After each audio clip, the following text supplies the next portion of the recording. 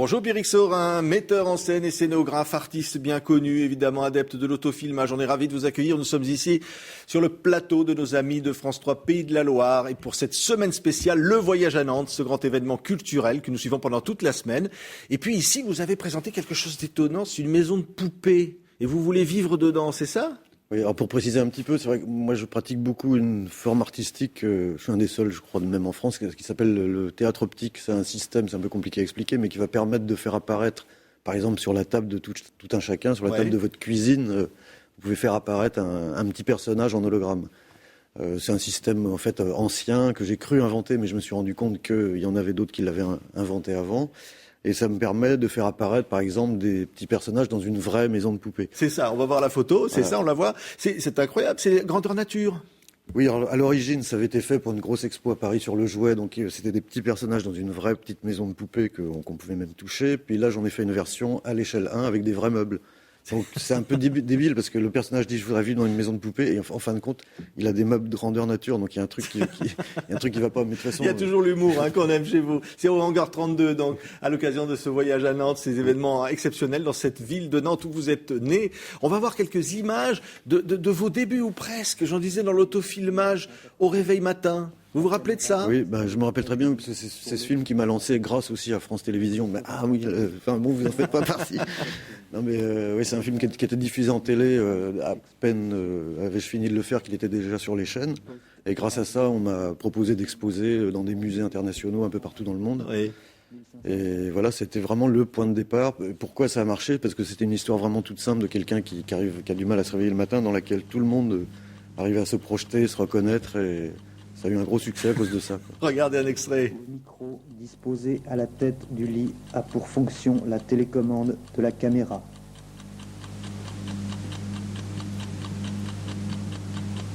Déclenchement du programmeur est réglé selon les jours entre 7 et 8 heures du matin.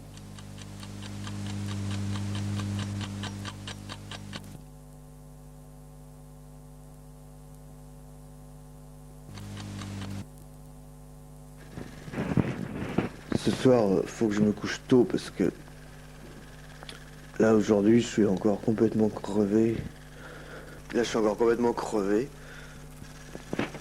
matin, je suis toujours crevé. Hein. Oui, toujours. Bon, à l'époque, c'est parce que j'avais un métier qui était passionnant, mais qui ne me passionnait pas tant que ça. J'étais instituteur. Et maintenant, je suis crevé parce que je fais un truc passionnant, mais je travaille tout le temps et je suis tout le temps fatigué. Mais inspiré, évidemment, après coup, par Méliès, par toute cette imagination de l'image animée, des débuts du cinéma, du cirque. Oui, le cirque pas trop. Moi, j'aime pas trop tout ce qui est cirque, acrobate, danse, tout ça. Je trouve que c'est un peu trop populaire pour moi. Mais par contre, oui, non, j'étais très influencé surtout par des gens comme Jacques Tati, des gens qui observent beaucoup le quotidien, Et puis Méliès, je l'ai découvert un peu tard, mais il m'a inspiré de manière rétroactive. Je ne sais pas si ça existe, je ne sais pas ce que ça veut dire quand je dis ça, mais enfin...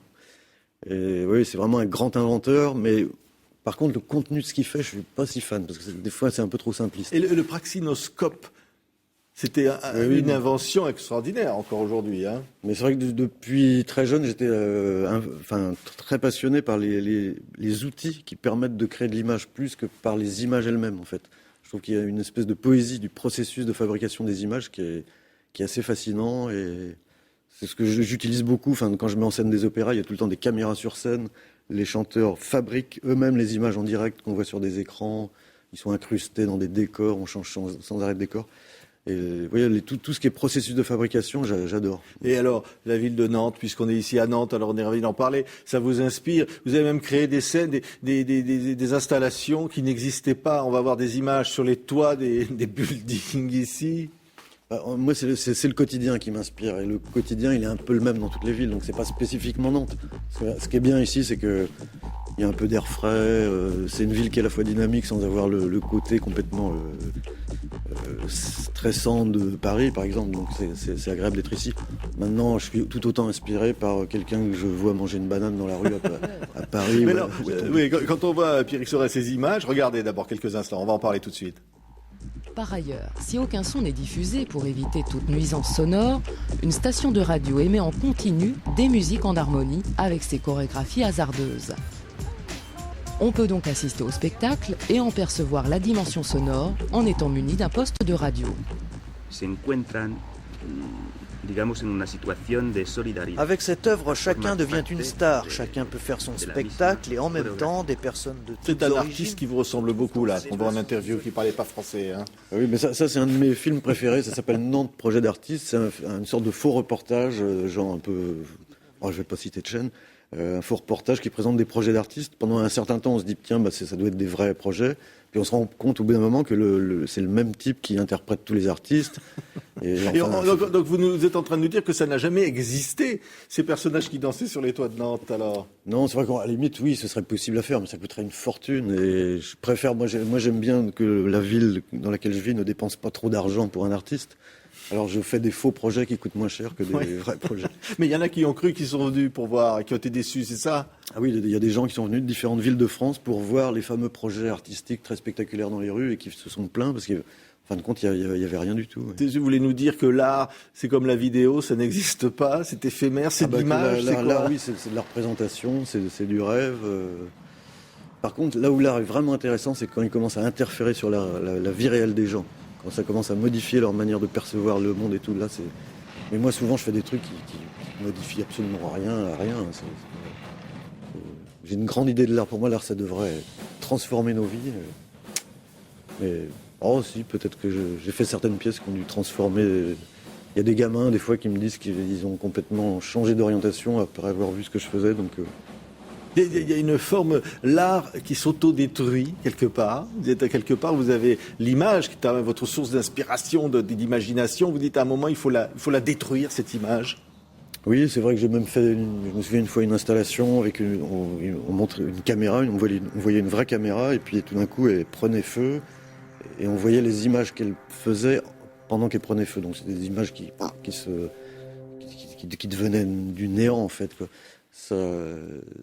Effectivement, j'adore les images et en même temps, j'ai envie systématiquement de les détruire parce que je trouve qu'il y en a un peu trop et puis qu'il faudrait revenir à simplement avoir le courage de ne faire que écrire ou faire que de la peinture. C'est faire le courage, vous dites? Pourquoi? Ouais, parce qu'il y a une facilité parce que l'image est tellement séduisante qu'il y a une facilité qui n'est pas forcément bonne pour l'esprit et pour le progrès spirituel de l'humanité. On était ravis ici d'être à Nantes avec vous, Pierrick Saurin, pour saluer donc au Hangar 32 cette extraordinaire exposition des poupées. Pour ceux qui voudraient y vivre dedans, ils iront ici, ils vont découvrir votre imagination, votre humour, votre poésie. Merci d'avoir été avec nous. Merci. On se retrouve demain toujours ici à Nantes pour continuer de faire ce grand voyage auquel je vous invite, le voyage à Nantes. Merci. Merci, au revoir.